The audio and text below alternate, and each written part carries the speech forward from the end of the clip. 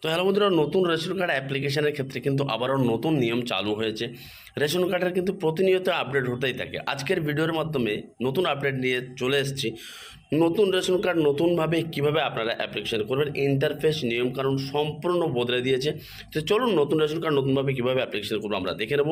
সর্বপ্রথম ration card official ওয়েবসাইটে চলে আসবে। চলে আসার পরে আপনারা সিটিজেন হোমে ক্লিক করবেন। ক্লিক করার পরে রেশন কার্ড সম্পর্কিত তথ্য সেবা ক্লিক করার পরে অফিস অনুমোদন প্রয়োজন পরিষেবা এই অপশনের উপর ক্লিক করবে। ক্লিক করার পরে অ্যাপ্লাই অনলাইন আবেদন এই অপশনের উপর ক্লিক করবে। ক্লিক করার পরে এখানে আধার নাম্বার দিয়ে লগ ইন করতে হবে। এই আধার নাম্বারটা কার আধার নাম্বার দেবেন? তো নতুন যে বাচ্চা জন্মেছে তার রেশন কার্ড করার জন্য মা কিংবা বাবার আধার নাম্বার দিয়ে এখানে আমাদেরকে লগ ইন করতে হবে, তবে কিন্তু সেই বাচ্চার রেশন কার্ডটা এন্ট্রি করা যাবে।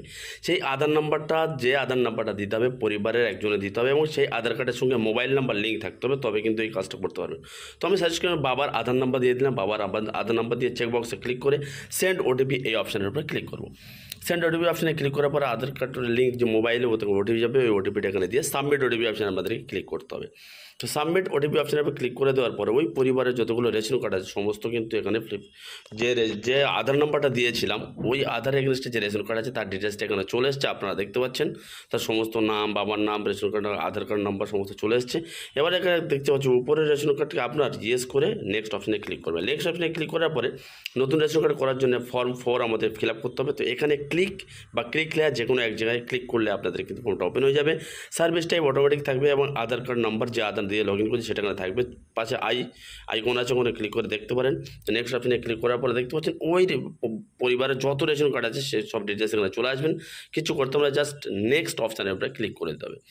নেক্সট অপশানের উপরে ক্লিক করে দেওয়ার পরে এবারে আমাদেরকে নতুন যে বাচ্চার তার ডিটেলসটা আমাদের ফিল আপ করতে হবে। তো এখানে সর্বপ্রথম এখানে আধার বা বার্থ সার্টিফিকেট আপনাদের যেটা আছে সেটা দিয়ে করবেন। আমি বার্থ সার্টিফিকেট দিয়ে দেবো। আধার বা বার্থ সার্টিফিকেট যে নাম্বারটা দেবে সেই আধার নাম্বার দু জায়গায় আমাদের টাইপ করতে, অথবা আপনি যদি বার্থ সার্টিফিকেট দেন তো সার্টিফিকেট নাম্বার আমার দু জায়গায় টাইপ করতে হবে। যতক্ষণ পর্যন্ত ম্যাচিং হবে ততক্ষণ পর্যন্ত গ্রিন হবে না, আদারওয়াইজ রেড হয়ে থাকবে। ম্যাচিং হয়ে যাওয়ার পরে কিন্তু দুটো হুবহু যদি সেম আপনারা টাইপ করেন তো অটোমেটিক গ্রিন হয়ে যাবে। তারপরে ভেরিফাই এই অপশানের উপরে ক্লিক করে দেবেন। ভেরিফাই অপশানের উপরে ক্লিক করে দেওয়ার পরে একটু ঘুরে ঘুরে ওই যে বার্থ সার্টিফিকেট নাম্বার দিয়েছে কিংবা আধার নাম্বার দিয়েছেন ওর সমস্ত ডিটেলস ফেচ হয়ে চলে আসবে। বাচ্চার নাম, জন্ম তারিখ বা আপনার জেন্ডার যাবতীয় সব চলে আসবে। আপনারা একটা দেখে আপনার স্ক্রল ডাউন করে নিচে চলে আসবেন। স্ক্রল ডাউন করে নিচে চলে এসে বাকি যে জিনিসটা আছে সেটা আমাদের এখানে কিন্তু নিয়ে ম্যানুয়ালি ফিল আপ করতে হবে। সর্বপ্রথম জাতি নির্বাচন করুন, SC ST OBC জেনারেল যেটা আছে আপনি সেটা নিয়ে নেবেন। অভিভাবকের নামটা অটোমেটিক চলে আসবে এবং সম্পর্কটা কি বাবা কি মা সেটা অটোমেটিক চলে আসবে। তারপর এখানে একটা দেখতে পাচ্ছি যৌনকর্মী, প্রতিবন্ধী, কুষ্ঠব্যাধি বা বিভিন্ন যদি এই ধরনের কিছু রোগে যদি আক্রান্ত থাকে তার পাশে চেকবক্সে ক্লিক করে কনফার্ম নিশ্চিত করে দেবেন। নিচে দেখতে পাচ্ছেন বার্থ সার্টিফিকেট ভেরিফাইড হয়ে গেছে। আপনাদের ভেরিফাইড না হলে কিন্তু এটা হবে না, অনেকে কমেন্ট করে ভেরিফাইড হচ্ছে না। তো ভেরিফাইড হয়ে গেছে, কনফার্ম করে দেবো আমি। কনফার্ম ক্লিক করে দেওয়ার পরে এবারে বর্তমান পরিবারের সদস্য সংখ্যা দেখতে পাচ্ছেন এখানে বাচ্চার যে অ্যাডটা করেছি সমস্ত ডিটেলস চলে এসছে। তার সমস্ত ডিটেলস এখানে আপনারা দেখতে পাচ্ছেন, বার্থ সার্টিফিকেট ভেরিফাইড।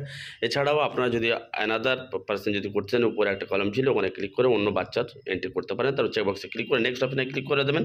ক্লিক করার পরে ইয়েস অপশানের উপরে ক্লিক করে দেবেন। ইয়েস অপশানের উপরে ক্লিক করে দেওয়ার পরে একটু ঘুরে ঘুরে আপনাদের এবারে অ্যাড্রেস সেকশানে নিয়ে চলে আসবেন। আপনাদের যেটা আছে সেটা আপনারা অটোমেটিক যেটা আধার কার্ড হিসাবে বা বার্থ সার্টিফিকেট হিসাবে আছে যতদূর আছে সেই অবধি থাকবে। বাকিটা যেটা আমাদের খালি থাকবে সেটা ম্যানুয়ালি ফিল আপ করতে হবে। যেমন এখানে দেখতে পাচ্ছেন এখানে পোস্ট অফিসটা আমাদের চাইছে, তো পোস্ট অফিসে চেকবক্সে ক্লিক করে দেবো। তারপর পুলিশ স্টেশনে এখানে আমাদেরকে নিতে বলছে, পুলিশ স্টেশনের উপর আপনি ক্লিক করে দেবো। যেটা আপনার দরকার পড়বে খালি আছে সেটা আপনি নেবেন, বাকিটা কিন্তু অটোমেটিক থেকে যাবে। ব্যাস নেক্সট করে দিন। নেক্সট করে দেওয়ার পরে এবারে FPS সিলেকশানে অপশানে চলে আসবে। তো এখানে একটা ডকুমেন্ট চাইছে, আপলোড ডকুমেন্ট, মানে এটা অ্যাড্রেস প্রুফ হিসাবে আপনি চাইছে। অনেকের প্রশ্ন এই অ্যাড্রেস প্রুফটা কার দেব, কারণ এখানে আপনি দেখতে পাচ্ছেন নিচে একটা লেখা আছে Aadhaar card, voter card, passport, postpaid mobile bill, landline bill, phone bill, electricity bill, bank account statement, driving licence.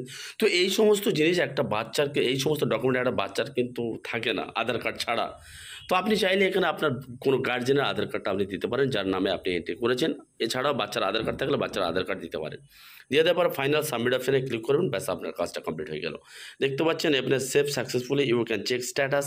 1 number Aadhaar number দিয়ে চেক করতে পারেন, মোবাইল নাম্বার দিয়ে চেক করতে পারেন এবং ডেটাটি সেভ হয়ে গেছে দেখতে পাচ্ছেন। ব্যাক টু ড্যাশবোর্ড অপশানে আপনারা চলে গেলে কিন্তু ভিউ করে আপনারা দেখতে পারবেন। তো আমি পুরোনোভাবে দেখাবো চেক অ্যাপ্লিকেশন স্ট্যাটাস আবার চলে যাবো। চলে যাওয়ার পরে কিন্তু অটোমেটিক এখানে চলে আসবে, বিকজ ওই রেসিডেন্টের কিন্তু রেশন কার্ড হোল্ডারের লগ ইন আছে। তো এখানে আধার নাম্বার দেখতে পাচ্ছেন, মোবাইল নাম্বার, অ্যাপ্লিকেশন সাবমিট এবং ভিউ অপশানের উপরে ক্লিক করুন। ভিউ অপশানের উপরে ক্লিক করে দেখতে পাচ্ছেন ফর্ম এন্ট্রি হয়েছে, application submitted, recommended by inspector, approved by approve authority, pending, সব পেন্ডিং আছে। তো বাকি সমস্ত পরিবারের সদস্যদের ডিটেলস চলে আসবে এবং জেনারেল ইনফরমেশন আপনারা এখানে দেখে নেবেন, যা যা ফিল করেছেন, মোবাইল নাম্বার, আধার নাম্বার, অনলাইন কি অফলাইন খুঁজে দেখতে পারবেন, সেগুলো আপনারা দেখে নেবেন। তারপর আপনারা অ্যাড্রেস সেকশনে চলে যাবেন, অ্যাড্রেস সেকশনে গিয়ে যা যা করেছে সব কিছু দেখে নেবেন আপনারা। এফপিএস স্টেশনে, অর্থাৎ আপনার ডিলারের নাম, ডিলারের কোড নাম্বার, ডিলারের ওল্ড এফপিএস কোড সব কিছু দেখতে পারেন। নিচে একটা বেনিফিশিয়ারি দেখতে পাচ্ছেন যার নামটা মেন, এই বেনিফিশিয়ারি নামগুলো সব কিছু ঠিকঠাক আছে কিনা আপনি দেখে নেবেন। এখানে যেটা আপনি ফিল করেছেন সেটা কিন্তু এই ধরনের চলে আসবে। তো এবার এইভাবে আপনারা কিন্তু অ্যাপ্লিকেশানটা চেক করতে পারেন। তো আপনাদেরকে বলে দিই, নতুন অ্যাপ্লিকেশান করার পরে আপনারা কিছুদিন পরে কীভাবে চেক করবেন। এইভাবে স্ট্যাটাস চেক করলে কিন্তু হবে না, আপনাদের পুনরায় যেভাবে আপনি এন্ট্রি করিয়েছেন, যেভাবে অ্যাপ্লিকেশান করেছেন, ওইভাবে আধার দিয়ে লগ ইন করতে হবে। লগ ইন করার পরে কিন্তু আপনাদের ড্যাশবোর্ডে একটা চেক অ্যাপ্লিকেশান স্ট্যাটাস বলে একটা অপশান দেওয়া হবে। ওখান থেকে আপনারা কিন্তু চেক করতে পারেন, কারণ পুরোনোভাবে আপনি চেক করতে পারবেন না এখন নতুন অ্যাপ্লিকেশানের ক্ষেত্রে। আগে পুরোনোভাবে চেক করলে চেক অ্যাপ্লিকেশন স্ট্যাটাসে ফর্ম নাম্বার সিলেক্ট করে মোবাইল নাম্বার দিলে কিন্তু ডেটাটা বেরিয়ে আসতো।